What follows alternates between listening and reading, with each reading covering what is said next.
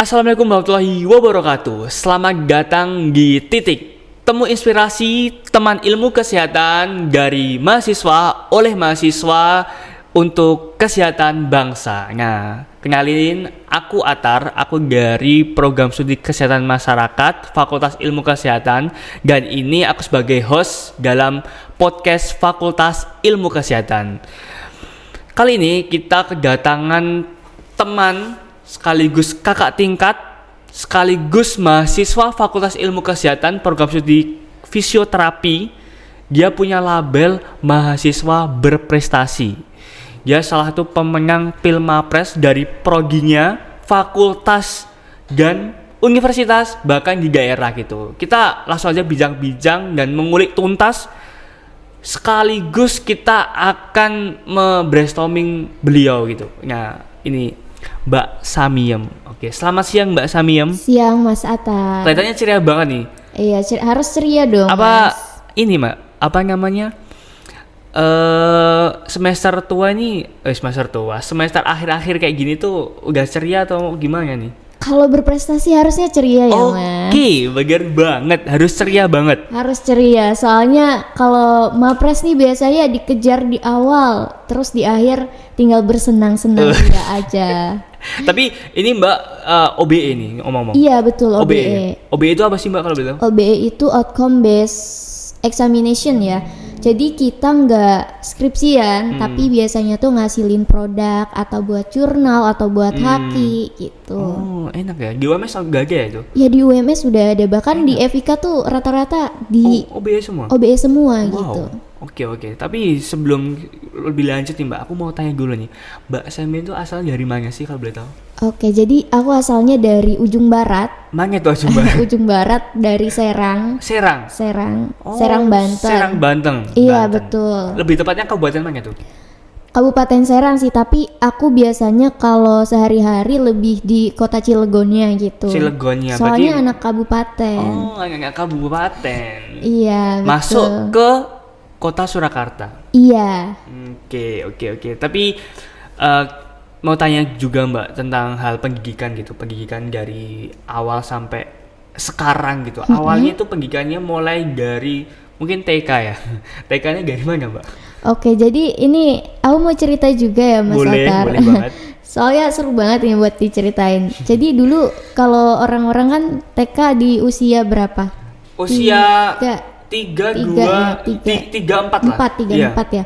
Nah ini aku dari usia mungkin belum 3 itu udah ikut kakak-kakakku, abang-abangku ya. Kalau di Banten biasanya manggilnya AA-aku gitu. Teteh gitu. Iya, teteh. Nah itu udah ikut di TK gitu. Jadi TK-nya tuh berapa tahun ya? Nggak normal gitu. 1 bisa tahun? bilang 3 tahun ya bisa dibilang. Wow. Jadi ngikut-ngikut dulu karena nggak ada teman main di rumah. Nggak ada teman main di rumah? Nggak ada teman main di rumah. Terus orang tua juga kerja ya waktu aku TK tuh orang tua dua-duanya kerja. Akhirnya ya udah gitu ikut mereka ke TK. Baru usia 4 apa 3 ya, usia 3 mau ke 4 itu resmi masuk TK yang didaftarin, nggak ngikut-ngikut. Oke. Apa itu ciri khasnya orang-orang Pilmapres tuh harus kebut kejar gitu Mbak? Nggak juga ya, mungkin karena memang dari diri sendiri kayak dibanding gabut nih nggak ada. Itu loh, gabutnya orang-orang Pilmapres tuh produktif banget ya Mbak? Amin ya. Amin. Tapi dari backgroundnya Mbak itu maksudnya dalam hal keluarga itu gimana sih Mbak, tentang keluarganya, cara mendidiknya, apalagi orang tua, ayah, ibu gitu.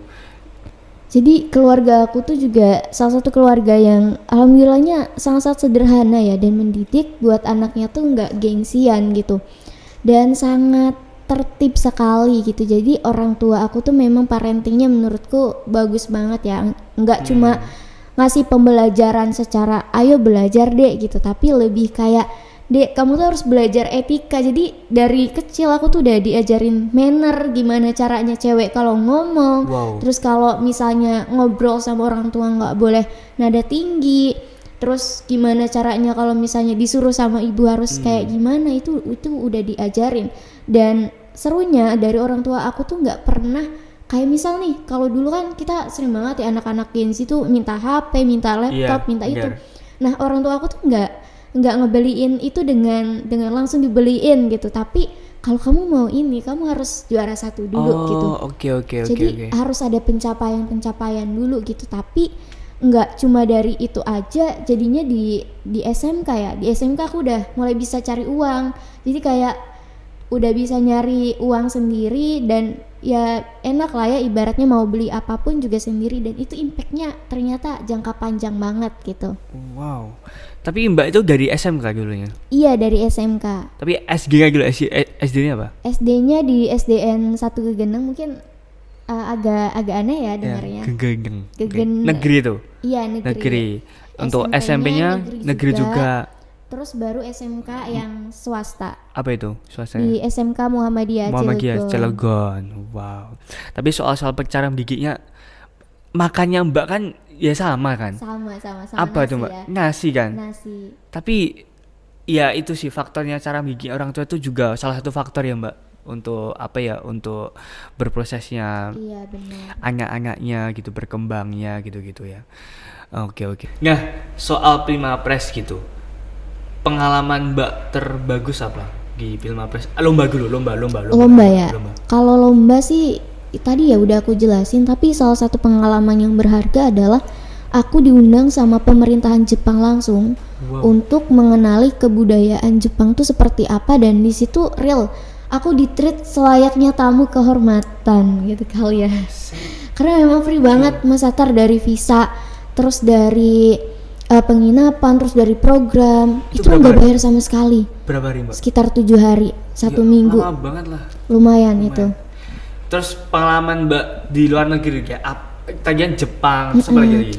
Baru 2 sih, Jepang, Malaysia, dan insya Allah ongoing kalau misalnya udah nggak seleksi lagi, pengen ke Thailand juga sekaligus mau visit S2 juga gitu. Oke. Tapi dari pengalaman itu, apa sih yang Mbak rasakan di luar gitu, ada culture yang beda nggak?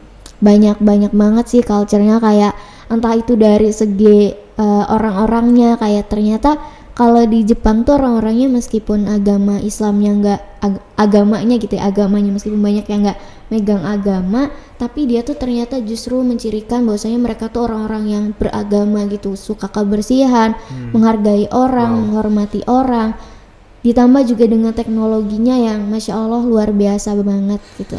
Sama ini Mbak, ini kan Mbak kan pernah membuat produk. Pernah.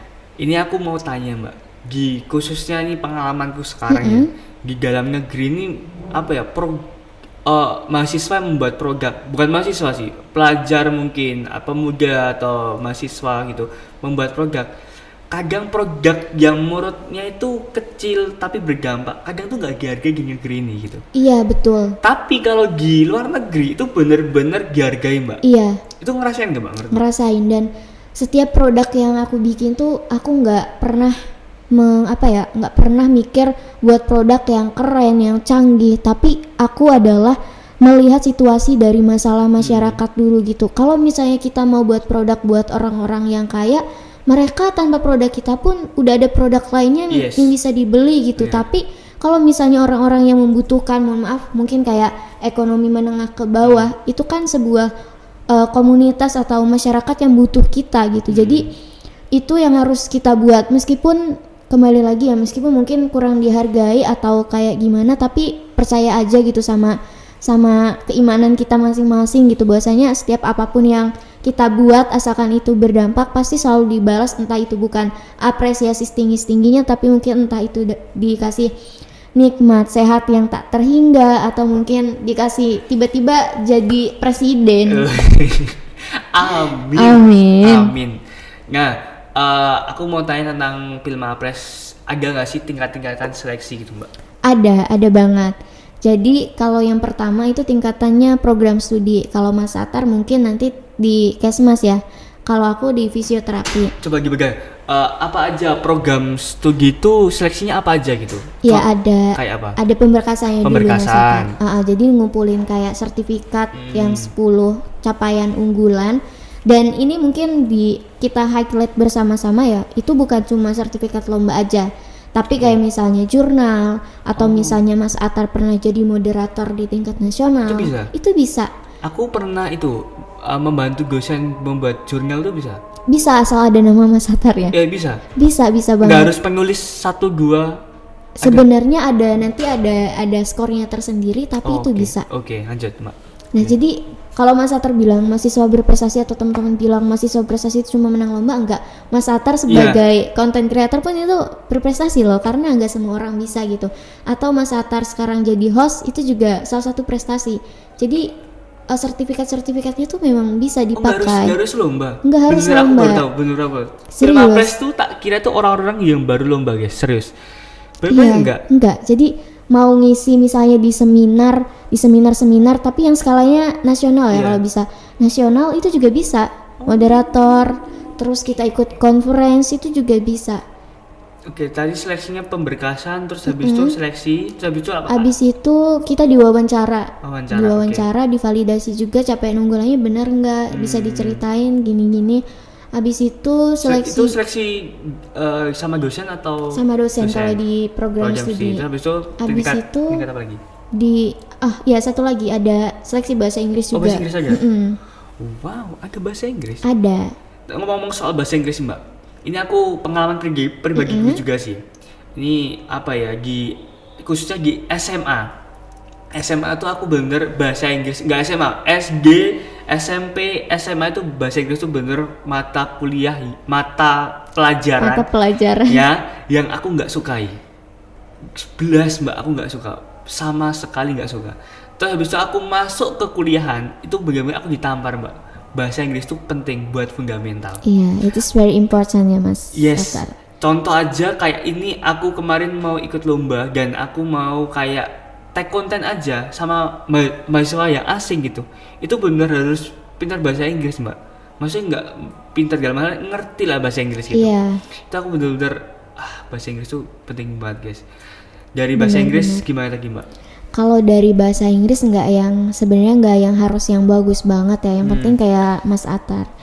Kamu tahu dan kamu bisa speak in English aja gitu, nggak usah mikirin grammarnya dulu, tapi yang penting ya kita coba dulu gitu, karena memang bahasa Inggris tuh menurutku complicated banget ya, kompleks banget, dan yang penting kita confident aja dulu buat ngomongnya gitu. Tadi tes bahasa Inggris itu menurut Mbak sulit nggak gitu? Enggak Dari tingkat juga prodi? ya. Enggak kalau di tingkat prodi, karena kalau di tingkat prodi tuh ya sebatas kayak introduction aja. Iya, how big motivation dan yang lainnya gitu. Oke, lanjut di tingkat apa itu Mbak? Habis itu di tingkat fakultas. Itu gimana seleksinya? Nah, kalau di tingkat fakultas nih saat ini belum ada wawancara dan yang lainnya ya, tapi tinggal mengumpulkan berkas. Mungkin dari tingkat fakultas tuh sudah diserahkan juga ya di tingkat prodi. Ya ibaratnya sudah percayalah dari prodinya. Karena di tingkat fakultas itu program studi itu hanya mengirimkan satu nama. Satu nama? Satu nama atau dua nama? Satu nama. Satu aja? Satu nama. Oke, nanti ada apa aja tuh? Sama wawancara gitu? Enggak, jadi berkasnya aja. Berkasnya aja nggak yang ada seleksi? 10. Iya, enggak ada. Oke, habis itu ke tingkat fakultas, habis itu? Di tingkat universitas. Itu yang gimana itu? Nah, ini lebih kompleks lagi gitu. Kalau tadi kompleks, di tingkat universitas lebih kompleks. Dan yang wawancara juga kalau misalnya Mas Atar tahu Pak Holid, terus Pak Pati itu. WR semua ya, wakil rektor semua? Iya benar. Jadi kita disuruh ngumpulin dulu sama 10 capaian unggulan. Setelah itu kita ada pengumuman seleksi tahap 2 sama kita ngumpulin gagasan kreatif juga. Seleksi tahap 2 itu gimana? Nah, kalau di tahap 2 itu tuh kita seleksinya ada AIK, Al-Islam Kemuhammadiyahan. Terus diri sendiri. Diri sendiri tuh contohnya kayak kamu tuh niat gak sih kayak wawancara lah, introduction aja. Sama validasi capaian unggulannya tuh bener apa enggak. Terus kayak aku sempet banget ditanya gimana sih caranya biar menarik dosen mau berkolaborasi sama kita. Pokoknya yang basic yang menunjukkan maksudnya kamu tuh memang orang yang pantas gitu.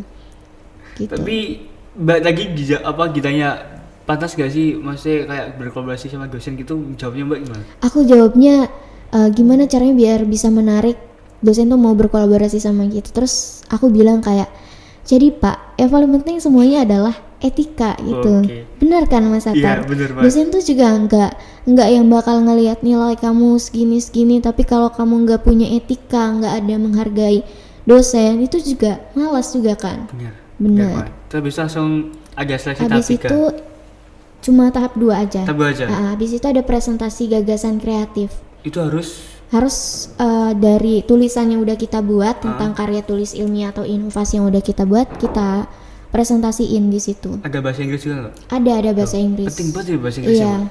Jadi penting guys, banget. apa itu Mbak? Salah satu apa ya?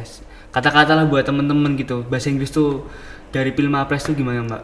Iya, jadi bahasa Inggris di Pilmapres tuh very important banget guys, and you must to always practice at least with your friends maybe gitu. Terus harus terus improve and improve, try and error. Grammar itu bukan masalah, yang penting kita mau speak dulu gitu. Oke. Langsung tadi ke tingkat universitas, balik lagi universitas habis itu. Habis itu aku ikut seleksi di tingkat nasional, tapi seperguruan tinggi Muhammadiyah Aisyah, dan itu aku ingat banget nyiapin berkas cuma 4 hari. Wawancara dan yang lainnya, presentasi, tapi alhamdulillahnya UMS aku bisa dapat juara 2. Terus ada juga dari farmasi dapat juara harapan 2. Farmasi itu gimana maksudnya? Jadi dari setiap univ tuh ngirimin 2 delegasi, dan UMS tuh dua-duanya menang. Oh, Tuh Masya bukti Allah. kalau misalnya UMS tuh sangat mendukung. Yes, benar. prestasi. Berarti di universitas tuh Mbak juara 2. Di universitas tuh juara 1. Juara 1. Terus di tingkat nasional yang perguruan tinggi Muhammadiyah Aisyah, ya karena kita UMS tuh PTMA ya, itu juara 2 gitu. Terus naik lagi di tingkat wilayah, dan di tingkat wilayah bahasa Inggrisnya lebih susah lagi. Iya, we must to discussion with each other atau peserta yang berasal dari universitas lain yang kita nggak tahu kemampuan maybe level Englishnya dia tuh kayak gimana gitu. Jadi lagi-lagi bahasa Inggris ya Mbak, bahasa Inggris harus ditekanin gitu. Iya betul. Tadi seleksi gitu tentang hal prodi, fakultas, universitas, apalagi daerah gitu. Ini mau lanjut kemana lagi nih Mbak? Ini lagi persiapan di nasional. Iya, mohon doanya juga guys. Doain. Tapi dari UMS fakultas mendukung banget gitu.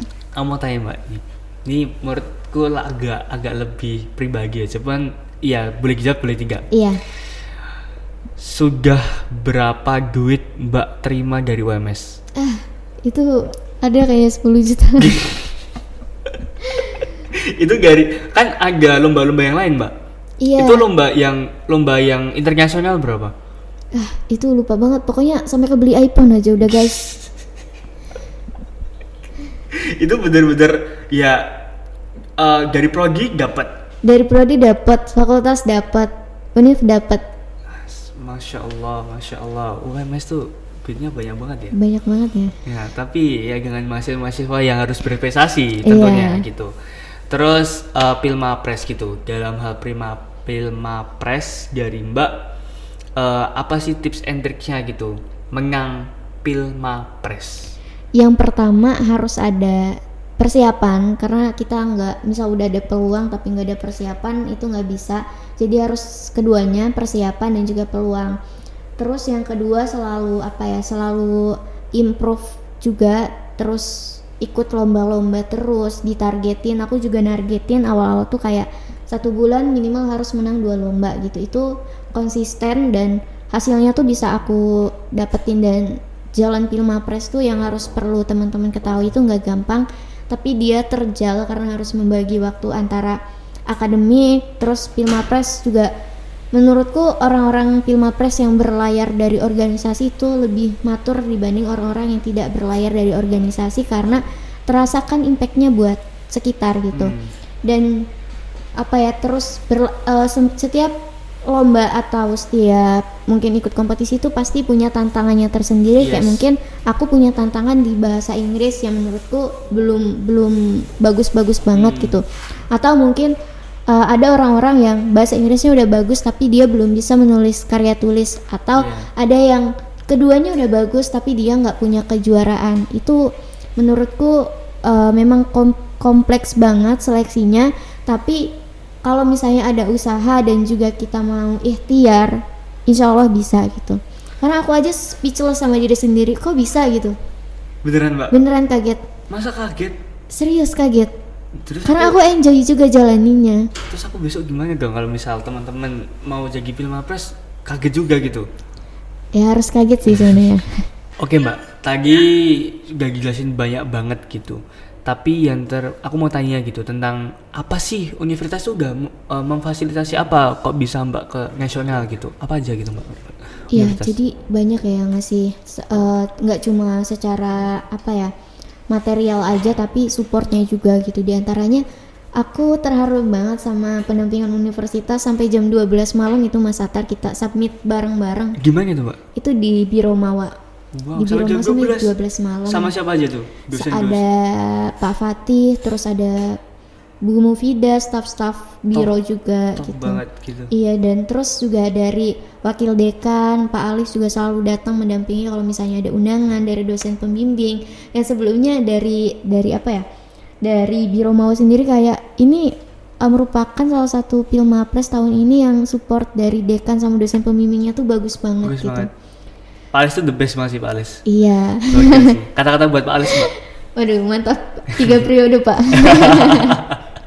Tapi maksudnya dalam hal pendampingannya dalam hal seperti itu aja atau ada lain gitu Mbak? Ada yang unik. Apa Jadi itu? kemarin itu dari Prof Harun ngajakin aku naik mobil AD1 UMS.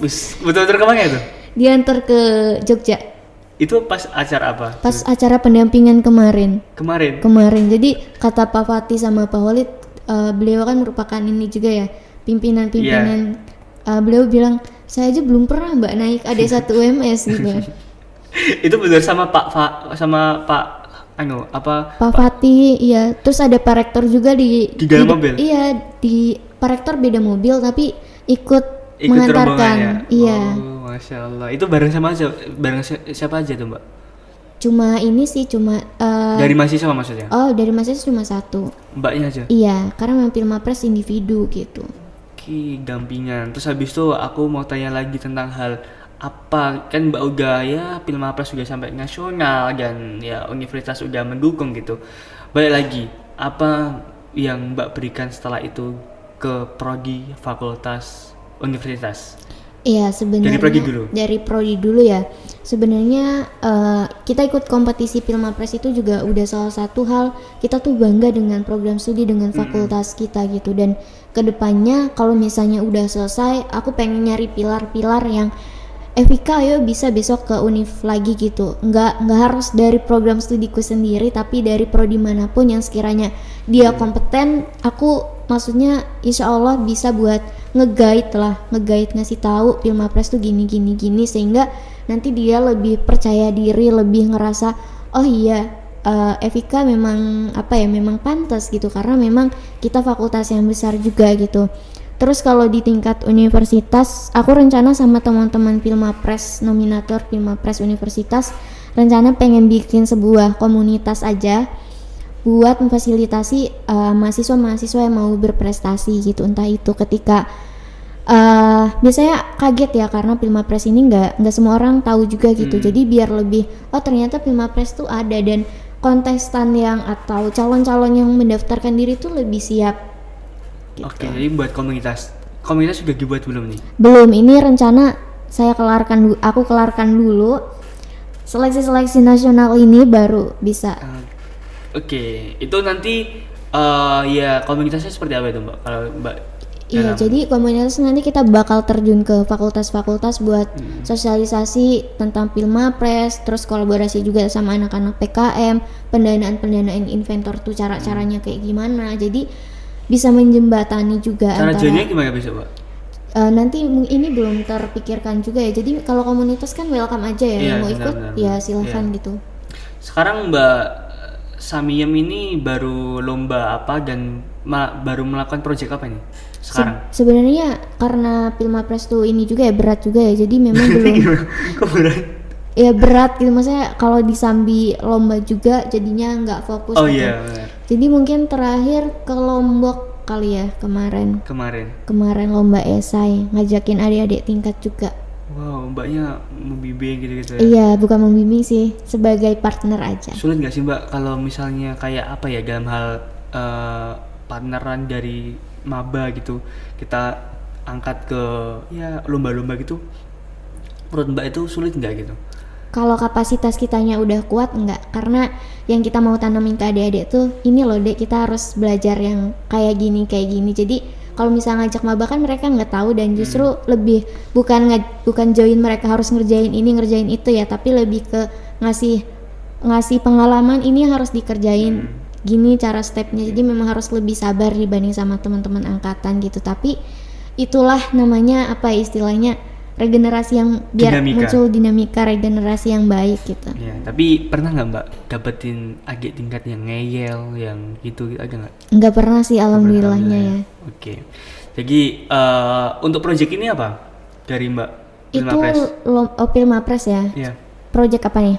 Buat ya untuk saat ini gitu apa aja? Oh lagi persiapan. Ya, persiapan administrasi, capaian unggulan, terus karya tulis, video, poster-poster banyak lah. Banyak banget. Tapi gitu ada nggak partner yang nemenin terus mbak gitu?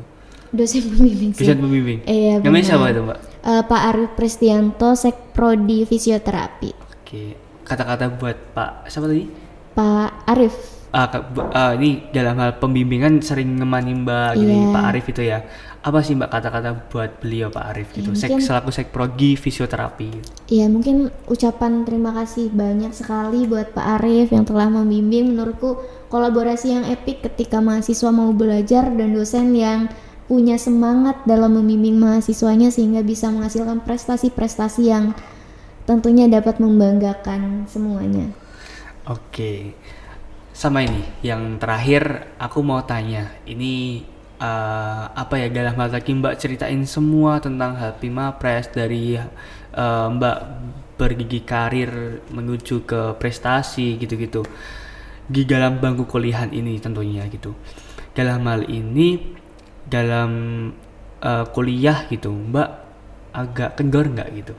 Keteteran sih, keteteran. Tapi keteterannya gimana? Keteterannya tuh kayak harus dispen dan kalau misalnya dispen kan biasanya nggak masuk kelas. Jadinya menurutku feelnya beda kalau kita masuk kelas sama nggak masuk kelas, karena belajar tuh bukan H-1 ujian kan ya, tapi di dalam kelas gitu, sehingga kayak butuh ekstra, butuh orang-orang yang mau ngajarin juga. Dan untungnya teman-teman tuh kayak belajar bareng, jadi kayak yang ketinggalan aku pahamin, aku tanya yang nggak tahu gitu.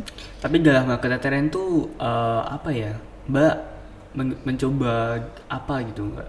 Mencoba terus mengejar atau gimana? Iya, mencoba terus mengejar, terus juga tetap ngerjain tugas nomor 1 sih. Karena biasanya banyak gitu, kayak aku ikut lomba tapi aku nggak mau ngerjain tugas. Yes. Iya gitu, itu kan banyak juga ya. Jadi kayak tetap dikejar, terus juga komunikasi juga sama dosen. Misal apa yang belum kita misalnya dispen terus ninggalin praktikum atau ujian praktikum, tetap harus dikomunikasikan. Dan dosen juga pasti sangat-sangat mendukung ya. Aku mau tanya, IPS mbak berapa untuk semester 6 kan? Semester 6 naik ya. ke 7? Naik ke 7. Iya, berapa IPS-nya? Coba sepil dong IPS-nya mbak Samiem, juara 1 Pilmapres Universitas. Kalau di sekarang ini kalau nggak salah 3,84. Wah mbak itu udah nggak usah, besok pas skripsi nggak usah ngerjain aja. Masih matkul besok nggak usah, itu udah kumlot mbak. Iya benar, udah kumlot. Itu katanya beliau keteteran guys. Enggak mbak, apa keteteran mbak? Tapi iya banyak keteterannya. Apa mbak? Jarang masuknya itu loh. Jarang masuk, tapi kalau memang udah wow gong sama pelajaran mah masya Allah 3,8 4 gila gitu mbak, 4,00 IPK mbak. IPK aja bah? Mbak Samiem. Enggak Kesempurnaan milik Enggak dong. enggak. Kan kalau misalnya IPK-nya 4, berarti IPS-nya harus 4 juga dong. Iya kan belum semester 7. Iya, 8. tapi kan sekarang udah 38. Berarti IPK-nya sekitar 38-an. Ya besok semester 7 bakalan AAA semua. Amin doanya. Aku boleh nggak mbak pinjam selembangnya itu mbak? Boleh. Tak? Ini buat penutupan nih mbak. Boleh. Aku pengen merasakan gitu. Merasakan. Jadi Ini best. Ini apa mbak? Best PT itu ini apa? sebenarnya dari program studi, soalnya dari universitas belum dikasih. Belum sih. Ini best PT itu apa? Best fisioterapi. Oh, Bukan fisioterapi. perguruan tinggi. Oh, makanya aku tadi best perguruan tinggi gitu. Aku tak UMS student 2023. Oke, aku mau coba nih, Mbak. Coba merasakan menjadi best gitu. Best of the best ya. Best of the best gitu. Ya, pakai selempangnya dulu, Mbak. Besok ya, semoga aja. Amin. Ditunggu Mas Atar pamfletnya. Masya Allah. Rasanya tuh kalian tahu ke lautan gitu, bebas. Bebas. Emang aku mau tanya, emang sebebas itu nggak Pilmapres menjadi best fisioterapi UMS? Bebas banget, tapi ada beban moral yang harus kita jaga. Gimana tuh beban moral? Maksudnya kayak kita sebagai mahasiswa berprestasi harus bisa mencontohkan atau sebagai seseorang yang teladan lah ya gitu. Jadi memang sebebas itu, tapi kita punya tanggung jawab juga. Jangan sampai kita sebagai orang yang konon katanya berprestasi justru melakukan sebuah hal yang tidak baik. Oke, benar banget. Tadi udah mungkin hampir 1 jam kita ngobrol, Mbak. Iya benar. Jadi kesimpulannya ya nggak kerasa banget, Mbak. Ini benar nggak kerasa. Jadi kesimpulannya adalah jadi Pilmapres itu nggak mudah ya, Mbak. Iya, nggak mudah. Nggak mudah dan butuh butuh perjuangan. Dan kita harus melewati dinamika yang mungkin agak jeglong gitu ya, Mbak. Iya, jeglong dan banyak rintangan juga. Bener. Gitu. Apalagi kita harus menyamakan persepsi antara akademik juga prestasi juga oke gitu ya. Dan keluarga tentunya juga harus mendukung. Gitu. Jadi kata untuk penutupan apa nih, Mbak? Untuk teman-teman maba khususnya, ini kan baru aja mau masuk nih, maba 2025. Apa ini? Khususnya di Fakultas Ilmu Kesehatan. Buat teman-teman mahasiswa baru, jangan pernah takut buat mencoba. Lakukan selagi kalian punya kesempatan, dan lagi aku bilang bahwasanya ketika kalian mau menjadi mahasiswa baru, nggak cuma menunjukkan seberapa kerennya kalian, tapi harus tunjukkan seberapa berdampaknya kalian buat orang lain. Oke, Mbak Samyam, thank you banget udah datang di ruang podcast Fakultas Ilmu Kesehatan dan bisa menginspirasi kepada teman-teman mahasiswa, pemuda, dan mahasiswa baru Universitas Muhammadiyah Surakarta 2025 gitu. Jadi kita tutup dengan jargon ya, Mbak. Oh boleh. Gimana tuh Mas Atar? Nanti aku bilang Fakultas Ilmu Kesehatan bersinergi, berkarya, berprestasi. Oke, siap. Mbak. Semangat ya Mas Atar. Okay. Ini mau saya pakai atau? Enggak usah Mas Atar, pakai aja. Beneran nih? Biar jadi next mahasiswa berprestasi. Masya Allah. Amin. Kita harus aminin dulu. Oke, ya Mbak, kita mulai ya. Oke, boleh. Fakultas Ilmu Kesehatan bersinergi, berkarya, berprestasi. Oke. Aku Atar. Aku Sami. Sampai jumpa di lain waktu. Assalamualaikum warahmatullahi wabarakatuh, guys. Sampai jumpa.